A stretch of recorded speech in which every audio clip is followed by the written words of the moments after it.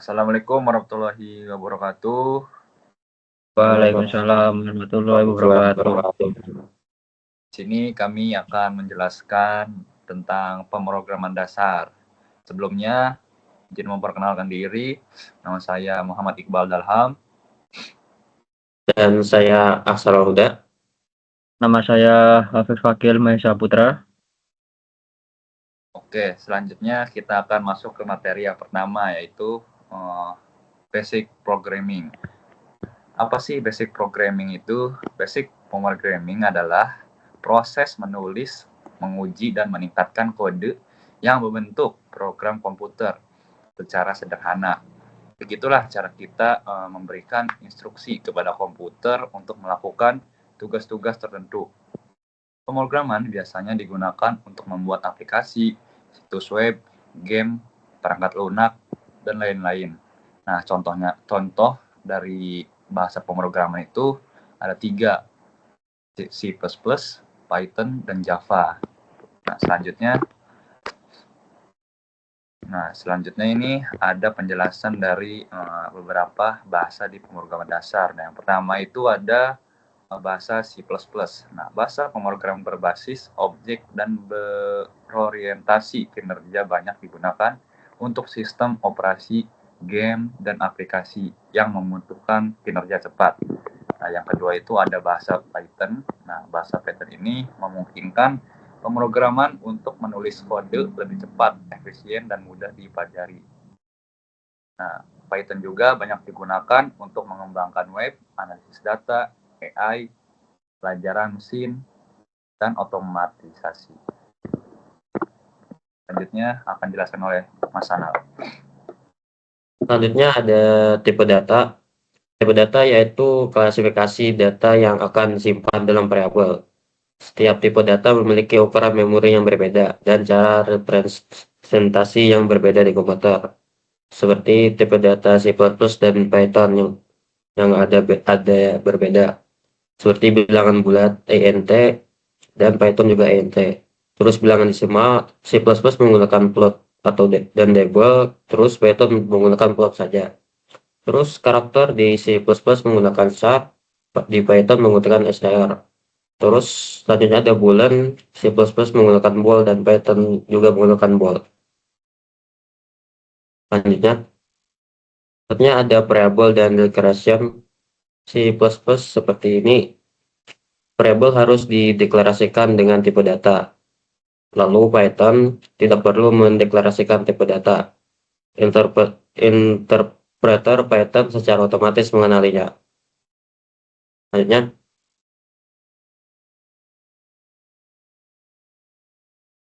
fungsi. Blok kode yang dirancang untuk melakukan tugas tertentu dan dapat digunakan kembali di berbagai bagian program. Tujuan utama dari function adalah untuk memecah program besar menjadi bagian-bagian yang lebih kecil, modular, dan dapat diatur dengan baik. Contohnya seperti di samping. Ya, selanjutnya. Selanjutnya ada tujuan proses pemrograman. Yang pertama ada include stdio.h, yaitu header file stdio.h adalah singkatan dari standar input output header yang berisi fungsi input atau output standar seperti printf, scanf, dan lain-lain. Yang kedua ada int main. Fungsi int main adalah fungsi utama di setiap program C. Semua program C harus memiliki satu fungsi main yang merupakan titik awal eksekusi program. Tanda kurung awal digunakan untuk menandai blok kode. Dan yang ketiga ada printf. Fungsi printf yaitu digunakan untuk mencetak output ke layar, yaitu output ke terminalnya. Konten di dalam tanda kurung adalah teks atau format yang ingin ditampilkan. Kemudian paren berfungsi untuk membuat garis baru. Dan tanda kutip ganda digunakan apabila hendak memasukkan string pada fungsi printf. Titik koma digunakan untuk mengakhiri setiap pernyataan dalam bahasa C. Dan selanjutnya ada input dan output. Dalam programan C++, input dan output adalah elemen penting untuk berinteraksi dengan pengguna. Input digunakan untuk menerima data dari pengguna, sedangkan output digunakan untuk menampilkan hasil atau pesan kepada pengguna. Berikut ini adalah penjelasan mengenai struktur dasar input dan output dalam C, yaitu apabila menggunakan header, maka inputnya adalah printf dan outputnya adalah scanf. Apabila menggunakan header, maka input yang digunakan adalah cout, kemudian menggunakan tanda panah kiri 2 kali sebagai operatornya. Lalu untuk outputnya menggunakan cin dan menggunakan tanda panah ke kanan sebagai operatornya. Selanjutnya ini adalah contoh programnya, yaitu menggunakan header include iostream, dan di sini ada int main kurung berawal dan menarik dengan menggunakan int nim. Di sini input dan outputnya menggunakan cout dan cin. Untuk selanjutnya, Oke, selanjutnya itu ada percabangan. Nah, percabangan yang pertama itu ada if. If adalah pernyataan kondisi yang digunakan untuk membuat keputusan berdasarkan kondisi yang diberikan. Jika kondisi yang diberikan benar, maka blok kode di dalam if akan dieksekusi. Jika kondisinya salah, maka blok kode di dalam if akan dilewati. Dan program akan melanjutkan ke pernyataan setelah blok if. Selanjutnya ada percabangan if-else. Nah, if-else ini adalah perpanjangan dari if yang memungkinkan program untuk melakukan tindakan alternatif jika kondisi if tidak terpenuhi. Dalam if-else, kita dapat menentukan blok kode yang akan dieksekusi jika kondisinya salah. Nah, selanjutnya ada percabangan if-else-if. Nah, if-else-if ini adalah struktur yang digunakan ketika kita ingin memeriksa beberapa kondisi sekaligus. Dengan if-else-if ini, kita dapat memeriksa beberapa kondisi dalam suatu blok kode, dan blok kode pertama yang kondisinya benar akan dieksekusi. Nah, contohnya itu ada di sebelah kanan, ada if nilai, terus ada else if nilai, terus ada, dan itu semua ada semua situ. Selanjutnya. Ya, selanjutnya adalah switch cache. Switch cache yaitu salah satu struktur kontrol dalam C++ yang digunakan untuk membuat keputusan berdasarkan nilai ekspresi tertentu. Struktur ini sangat berguna ketika kita memiliki banyak kondisi untuk diperiksa, dan kondisi tersebut didasarkan pada nilai tetap. Nah, selanjutnya, switch cache expression. Nilai yang akan dibandingkan dengan setiap kasus. Ekspresi harus berjenis bilangan bulat atau karakter.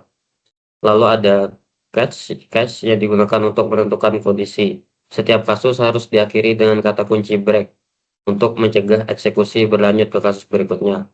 Lalu ada default, blok opsional yang akan dieksekusi jika tidak ada huruf besar atau kecil yang cocok. Selanjutnya, keuntungan. Ada efisien. Switch cache lebih cepat daripada banyak kondisi if-else untuk sejumlah besar kasus. Lalu ada Ether reading, struktur switch cache lebih terorganisir sehingga lebih mudah dipahami.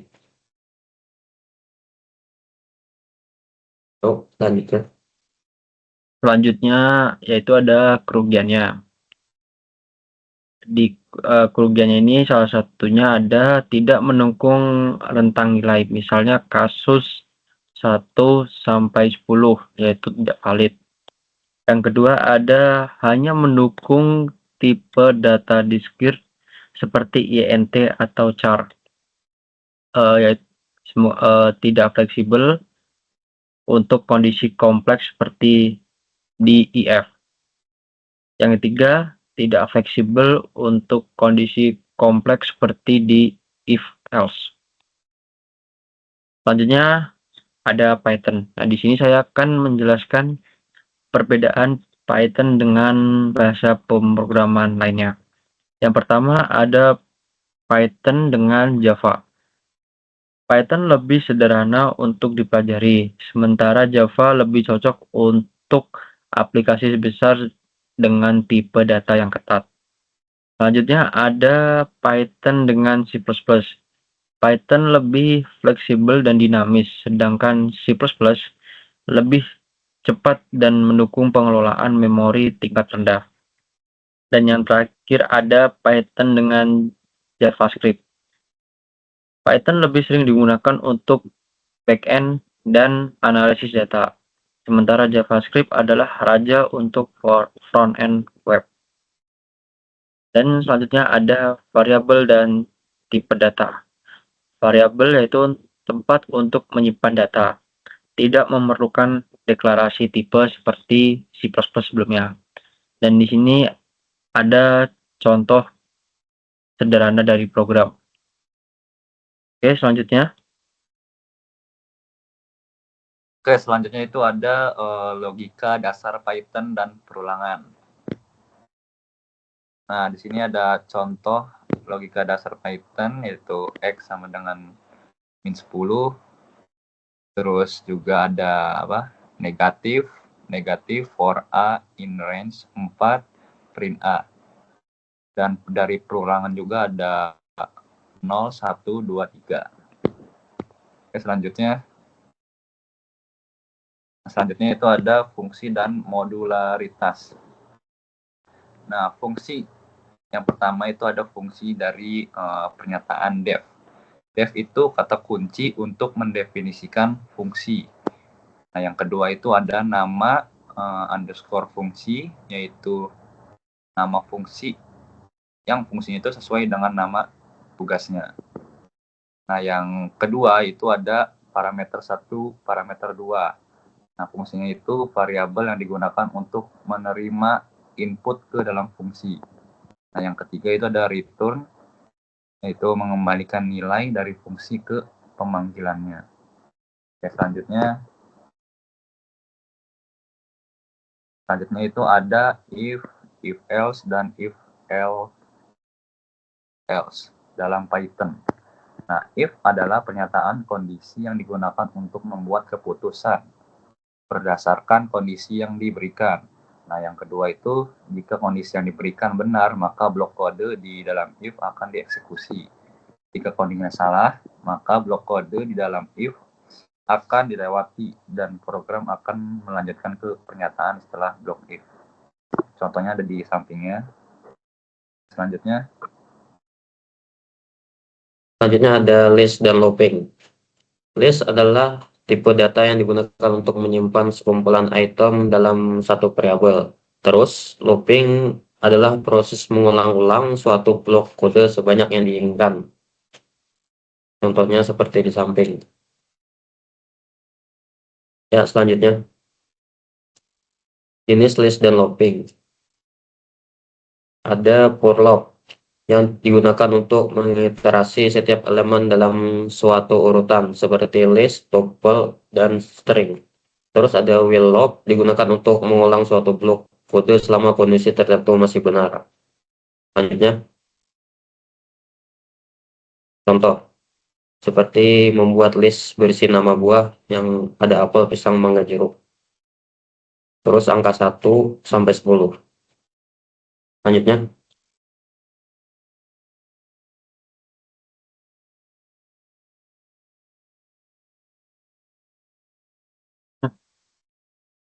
Oke. Segitu saja penjelasan dari kami tentang pemrograman dasar. Jika ada salah kata, mohon dimaafkan.